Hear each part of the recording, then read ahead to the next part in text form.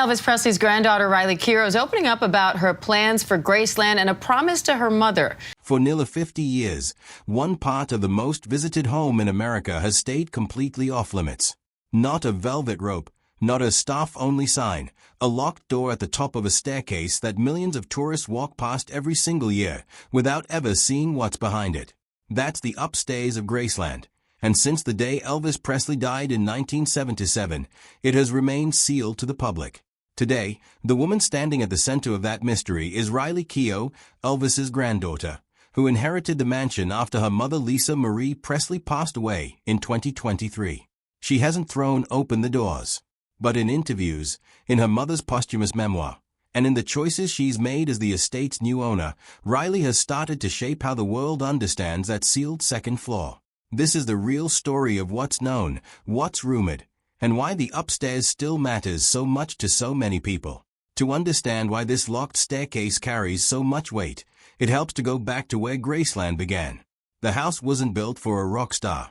It was constructed in 1939 for a Memphis businessman, a fairly modest colonial-style home on farmland outside the city. Elvis bought it in 1957, at just 22 years old, already famous enough that he couldn't walk through his own front yard without being swarmed.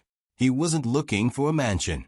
He was looking for a wall between himself and the rest of the world. Over the next 2 decades, he built onto that wall room by room, the shack-carpeted jungle room, where he recorded some of his final tracks, the meditation garden out back, where he and much of his family are now buried, and upstairs, a private floor that almost no outsider has ever been allowed to see. Graceland opened to the public in 1982, 5 years after Elvis's death, and it has since welcomed tens of millions of visitors, trailing only the White House as the most toured home in the country. But from day one, the tour route has stopped at the base of that staircase. The reasoning has never been about scandal. It's about grief. Vernon Presley, Elvis's father, made the decision to keep the upstairs closed not long after his son died, and the Presley family has honored that boundary for close to 50 years. The bedroom, the bathroom, the dressing area, by all accounts, they remain largely as they were in August 1977. Riley Keough's connection to that upstairs floor is different from any tour guides or historians, because she grew up inside this story.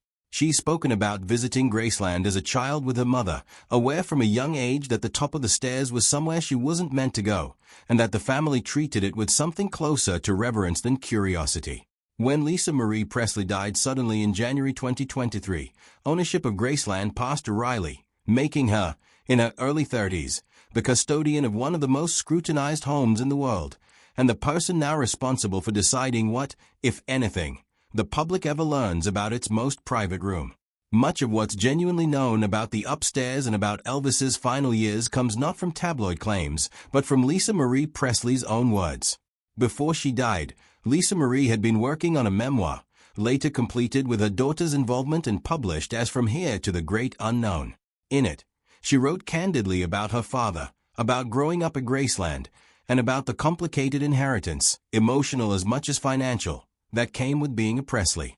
Riley has spoken about finishing that book as an act of honoring her mother, and in doing so, she's become one of the only people to publicly discuss, even in general terms, what that upstairs space represented to the family, not a shrine to a legend, but a home that still belonged to a father and a daughter. Riley has also been candid, in interviews since taking over the estate, about her philosophy for running Graceland. She's described wanting it to remain a living space rather than a museum frozen only for spectacle. And she's talked about investing in the preservation and digitization of the family's archives, letters, photographs, recordings, so that future generations can study Elvis's life and legacy properly rather than through rumor. At the same time, she's been consistent that the upstairs itself will stay closed. That's not a marketing decision. It's the same choice her grandfather's family made in 1977, and the same one her mother upheld for the rest of her life. Running Graceland hasn't been without conflict, and it's worth being honest about that too, because it shows just how much is actually at stake behind that locked door.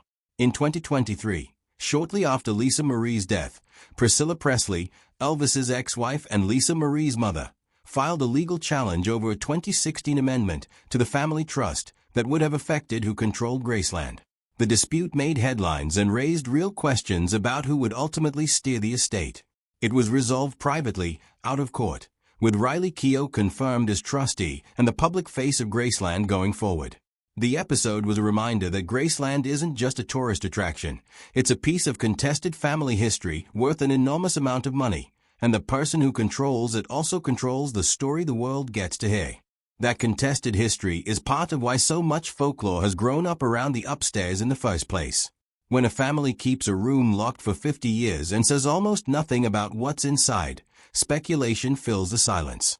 The most famous of these stories is the so-called tunnel theory, the claim, repeated across decades of fan forums and tabloid pieces, that a hidden passage runs from Graceland's second floor out to the grounds, supposedly built so Elvis could disappear unnoticed, or even fake his own death entirely.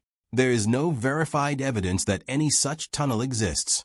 No blueprint, no photograph, no credible witness account has ever held up to scrutiny. It persists for the same reason most Elvis is alive stories persist, because his final years really were unusually private, because he really did retreat from public life in the mid-1970s, and because human beings tend to fill an information vacuum with the most dramatic explanation available, not the most likely one.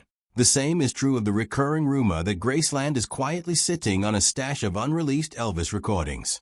It's true that Elvis recorded material at Graceland itself, most notably inside the Jungle Room during sessions in 1976 that produced songs like Moody Blue and Way Down. It's also true that record labels, over the decades, have released numerous box sets of outtakes, alternate takes, and previously unheard material as the archive has been reappraised. What isn't backed by evidence is the most sensational claim, repeated in countless online videos, that a trove of secret tapes sits untouched in a locked upstairs closet, waiting to be revealed. Riley Keough has talked about ongoing efforts to properly catalog and digitize the family's archival materials, which is exactly the kind of unglamorous, careful work that would eventually surface anything genuinely unreleased. It's simply not the same thing as a hidden vault of lost songs. There's also a long history of people claiming to be secret, unacknowledged children of Elvis Presley, hoping to stake a claim to the estate. Several such claims have surfaced publicly over the years, and at least one attempt was made to seek DNA testing to establish a biological link.